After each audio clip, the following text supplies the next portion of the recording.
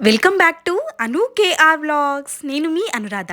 ఈరోజు మన ఛానల్లో రెసిపీ వచ్చేసి ప్లఫీగా ఉండే బనానా కేక్ రెసిపీని చూపించబోతున్నాను. బనానా తినని పిల్లలకి ఈ విధంగా కేక్ని ప్రిపేర్ చేసి స్నాక్ బాక్స్లో పెట్టించిన కమ్మగా తినేస్తారు. చాలా బాగుంటుంది. హెల్తీగా ఎలా ప్రిపేర్ చేయాలో చూసేద్దాం. మగ్గిపోయిన బనానాలని కానీ ఫ్రెష్గా ఉన్న బనానాలు కానీ 1 లేదా 2 తీసుకోవాలి.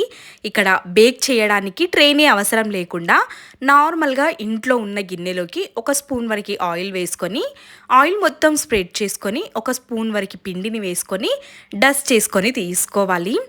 పిండి వేసిన తర్వాత చేత్తో ముట్టుకోకుండా ఈ విధంగా గిన్నెని కదులుపుతూ పిండి మొత్తాన్ని గిన్నె మొత్తం అయిపోయే విధంగా స్ప్రెడ్ చేసుకోవాలి.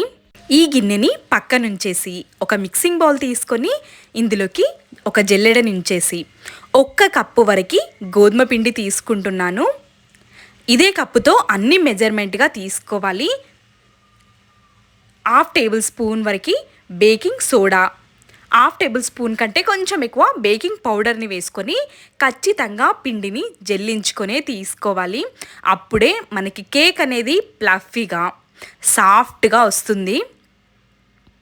ఈ విధంగా ముద్దలు ఎక్కడ లేకుండా జల్లించేసుకొని ఈ గిన్నెని పక్కనుంచుకోవాలి. ఒక మిక్సీ జార్ని తీసుకొని ఇందులోకి నేను 1 కప్పు వరకు పిండి తీసుకున్నాను కాబట్టి 3/4 కప్పు వరకు చక్కెర తీసుకుంటున్నాను. ముందుగా చక్కెరని మెత్తగా మిక్సీ పట్టుకొని తీసుకోవాలి. ఇందులోకి 1/4 కప్పు వరకు ఆయిల్ వేసుకుంటున్నాను. 2 గుడ్లని పలగొట్టుకొని తీసుకోవాలి. ఎగ్గు వేయడం ఇష్టం లేకపోతే 1/2 కప్పు వరకు పెరుగుని కూడా తీసుకోవచ్చు. ఈ టైంలో ఎగ్స్ వేసాము కాబట్టి నీసు వాసన రాకుండా ఉండడం కోసం 1 స్పూన్ వరకు వెనిలా ఎసెన్స్ని యాడ్ చేస్తున్నాను. ఇదే మిక్సీ జార్లోకి మనం తీసుకున్న బనానాలని కట్ చేసుకొని వేసుకోవాలి. బాగా మగ్గిన బనానాలని తీసుకుంటే రుచి బాగుంటుంది, ప్లఫీగా కూడా వస్తుంది కేక్. ఇప్పుడు ఇందులోకి 2 స్పూన్ల వరకు పాలని వేసుకోవాలి. పాలనేవి రూమ్ టెంపరేచర్లోనే ఉండాలి. ఫ్రిడ్జ్లో ఉన్న పాలు కేక్కి అస్సలు పనికిరావు అని గుర్తుంచుకోండి. ఈ విధంగా మధ్యలో పల్సిస్తూ బనానా ముక్కలు ఎక్కడ లేకుండా లిక్విడ్ కన్సిస్టెన్సీలోకి నురగలాగా ఈ విధంగా వచ్చే విధంగా మిక్సీ పట్టేసుకొని మనం ముందుగా జల్లించుకొని పెట్టుకున్న ఈ పిండిలోకి ఈ లిక్విడ్ని యాడ్ చేసుకోవాలి. చూస్తున్నారు కదా, ఎక్కడ ముద్దలుగా లేకుండా పర్ఫెక్ట్గా రెడీ అయిపోయింది. మనం మిక్సీ పట్టుకున్న ఈ లిక్విడ్లోనే ఉంటుంది మనకి కేక్ అనేది ఎంత ప్లఫీగా వస్తుంది అనేది. 2 నిమిషాల పాటైనా మిక్సీని పల్స్ ఇస్తూ మిక్సీ పట్టుకున్నామంటే నురగలాగా ఫామ్ అయిపోతుంది. ఇందులోకి వేసేసుకొని నెమ్మదిగా ఒకే డైరెక్షన్లో విస్కర్తో కలుపుకోవాలి పిండిని. కేక్ బ్యాటర్ ఒకవేళ గట్టిగా అనిపిస్తే 2 స్పూన్ల వరకు పాలని కూడా వేసుకోవచ్చు. కాచి చల్లార్చుకున్న పాలని మాత్రమే వేసుకోవాలి. నాకైతే పర్ఫెక్ట్గా సరిపోయింది. ఇప్పుడు మనం ముందుగా ప్రిపేర్ చేసుకొని పెట్టుకున్న బేకింగ్ ట్రేలోకి ఈ పిండిని వేసేసుకోవాలి. చూస్తున్నారు కదా, ఈ విధంగా బ్యాటర్ అనేది రిబ్బన్ కన్సిస్టెన్సీలోనే ఉండాలి. అప్పుడే పర్ఫెక్ట్గా వస్తుంది మనకి కేక్ అనేది.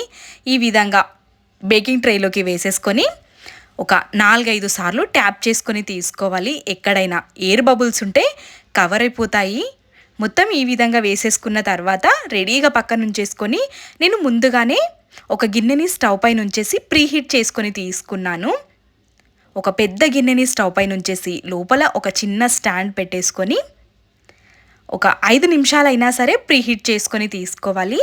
మనం బేకింగ్ ట్రేని కూడా పెట్టేసి ఎక్కడి నుండి కూడా ఎయిర్ అనేది బయటికి రాకుండా కవర్ చేసుకోవాలి. ఎక్కడైనా హోల్స్ ఉంటే కవర్తో కవర్ చేసేసుకొని ఈ విధంగా బేక్ అవ్వనివ్వాలి. ఈ కేక్ అన్నది మనకి 30 to 40 మినిట్స్ లో ఫ్లేమ్ పైన మాత్రమే బేక్ చేసుకోవాలి. మధ్యలో చెక్ చేసుకుంటూ ఉండాలి. నేను ఇక్కడ మీకు 35 మినిట్స్ తర్వాత చూపిస్తున్నాను. చాకుని గుచ్చి చూస్తే ఈ విధంగా కేక్ ఇక్కడ తడిగా లేకుండా వచ్చింది అనుకోండి, పర్ఫెక్ట్గా వచ్చినట్టు. స్టవ్ ఆఫ్ చేసుకొని పూర్తిగా చల్లారేంత వరకు పక్కన ఉంచుకోవాలి. వేడి మీదే తీసామనుకోండి అక్కడక్కడ విరిగిపోతుంది కాబట్టి పూర్తిగా చల్లారిన తర్వాత చాకుతో ఈ విధంగా డీమోల్డ్ చేసుకోవాలి. ఒక గిన్నె మీద బోర్లేసి వెనకాల ట్యాప్ చేసామంటే మనకి కేక్ అనేది పర్ఫెక్ట్గా వచ్చేస్తుంది. చాలా చాలా బాగా కుదిరింది, ఎంతో ప్లఫీగా. చూస్తుంటేనే అర్థమవుతుంది కదా ఎంత సాఫ్ట్గా ఎంత ప్లఫీగా వచ్చిందనేది. మీకు కూడా ఇదే విధంగా కేక్ రావాలి అంటే ఖచ్చితంగా ఒక కప్ని మెజర్ చేసుకోండి. అదే కప్పుతో మనం తీసుకునే ఇంగ్రీడియంట్స్ అన్నీ అదే కప్పుతో తీసుకోవాలి, అప్పుడే పర్ఫెక్ట్గా వస్తుంది. కేక్ని కట్ చేసి చూపిస్తాను, చూసేయండి. ఎంత ప్లఫీగా ఉందో. పర్ఫెక్ట్ బనానా కేక్ అనేది ప్రిపేర్ అయిపోయింది. యమ్మీగా యానివర్సరీలకైనా బర్త్డేస్కైనా ఎప్పుడైనా సరే ఈ కేక్ని ట్రై చేయండి, మీకు కూడా తప్పకుండా నచ్చుతుంది ఈ రెసిపీ. బనానాతోనే ప్రిపేర్ చేస్తున్నాము కాబట్టి బనానా, గోధుమ పిండి హెల్తీయే కాబట్టి ఆలోచించాల్సిన అవసరమే లేదు. పిల్లలకి స్నాక్గా కూడా బాక్స్లో పెట్టియొచ్చు ఈ విధంగా ప్రిపేర్ చేసుకుంటే. చూస్తున్నారు కదా ఎంత ప్లఫీగా పర్ఫెక్ట్ కేక్ అనేది ప్రిపేర్ అయిపోయింది. ఎక్కడా డౌట్స్ ఏమీ లేకుండా క్లియర్గా చెప్పాను అనుకుంటున్నాను. మీకు ఇంకేమైనా డౌట్స్ ఉంటే కమెంట్ చేయండి, తప్పకుండా క్లియర్ చేస్తాను. Thanks for watching.